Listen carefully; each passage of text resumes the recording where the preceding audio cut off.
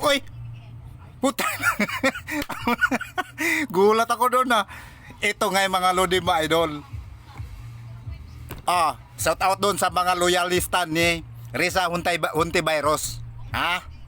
Shout out sa inyong lahat. Ayan yung amon ninyo. Yung ibinuton nyo na si Risa Hontiveros. Ang pagkakaalam ko mga Lodi mga idol, 'di ba pagdating sa investigasyon sa Senado, kung makapagsalita si Risa Hontiveros, parang hindi makabasag pinggan. 'Di ba? Parang napakaamong tupa. Parang anghel ko mananalita si Risa Hontiveros. Oo, grabe. 'Di ba? Pero sa likod nito mga Lodi mga idol, grabe pala. Kaya pala. Huli si Risa Hontiveros, huli ng mga kumbatsiro. Sila si Katunying sa kumbatsiro. Insertion, dawit si Risa Hontiveros. Mga loyalista ni Hontiveros. Hindi to nagagaling sa akin, nakita ko dito sa kumbatsiro. Yung mga reporter diyan sa kumbatsiro. Dawit si Risa Hontiveros ng 3 billion ng flood control insertion. Ayan.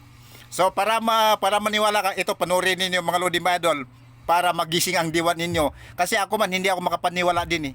Ayan nga may nabuksan. Dawit pala si Risa Hontiveros ninyo. Patay. Nagkandawindang-windang na ang gobyerno. Toro dito, toro doon. Ala, sige, patay. Naloko na. Susunod diba kasi bunggo na yung o kaya si Robin Padilla dadawit din. O kaya si Marcolita. Ito nga yung panoorin ng mga Lodi mga idol. Yan. Bachero, hindi ako makapaniwala na may flood control insertion si Senator Risa Hontiveros hanggang ngayon. Hindi ako Hindi ka makapaniwala kasi kahit na sinabi ko na sa'yo, kumbachero. kahit sinabi Kahit ko na, ako pa nagsabi. parang mas gusto kong Masakit naman yan, kumbachero. sige, naniniwala na. Ayoko nasasaktan. Sabihin Hindi, nyo na. kaya po hindi ako makapaniwala sapagkat si Senator Risa Hontiveros ay bumoto ng against doon sa BICAM report. Di ba, may may ratification ng Senado. Yung pagkatapos ng BICAM report, ibabalik sa Senado at pagbobotohan, iraratify. Dalawa silang hindi bumoto eh.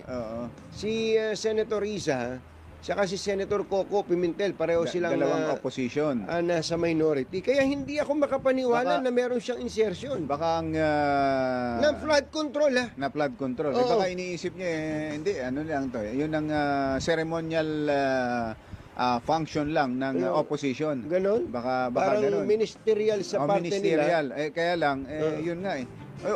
Hindi kaya may ibang nagparking din kay Senator Risa? Wala naman siyang garahe Ikaw nga magpaliwanag, Senator Risa. Bakit nga ba? Senator, makisuyo Pero nga hindi ka- natin nilalagyan ng Malaysia yung pagkakaroon niya ng flood control, na parang ang ibig sabihin kasi ngayon pag nagkaroon ka ng flood control project sa iyong insertion, nangungumisyon ka na kagad eh. Kaya nga yun yung ating to be fair kay Senator Risa Hontiveros, hindi lang 750 million ang kanyang insertion. Patay kang Sa flood baka ka. control. Hindi, sa buong budget Nasa ang- 3 point ano siya? mahigit 3 billion, mahigit 3.01 billion. billion, Tingnan ko na nga para Sige, ikaw na sigurado magsabi, tayo. 3 Hindi ako billion. makapaniwala. Hanggang ngayon, hindi ako makapaniwala. Hindi man maniwala ka na. Nag-usapan nyo na nga.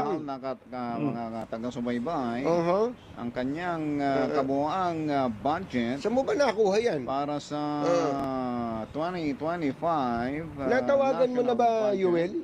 Natawagan mo na ba Ito. Risa Hontiveros? 3 billion, 3.0 35 billion. 3.035. 3 billion, 35 million and then 800,000 to Yun be ang, exact. yun ang insertion. Yun ang insertion. O yung, Kabuuan. yung amendment. Oo, yung Tapos insertion ang, or amendments. Tapos ang kanyang flood control insertion Ay nasa out of the more than 3 billion, 700, nasa 715 million. Ayun.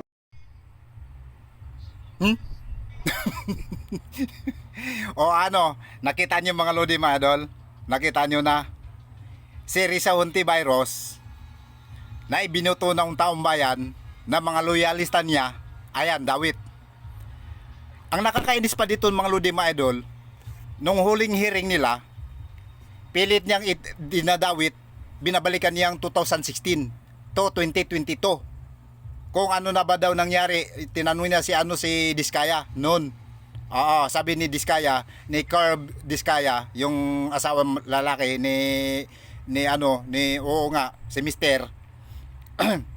Hindi po, kasi ang pinatawag kami, itong 2022 lang na nangyari. Ngayon, ito pala si Hontiveros, nasa likod nito, maitim pala talaga budhi.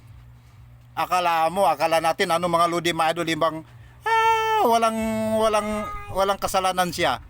Ni hindi siya involved. Ayan 3 billion insertion sa flood control ng itong budget ng 2025. Ngayon, masasabi niyo mga Lodi mga idol, paki-comment lang din sa baba.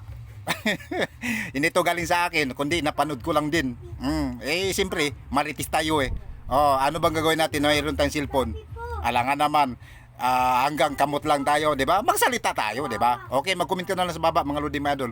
Paki-support na rin ang aking mag-angatan tayo. Okay. Thank you.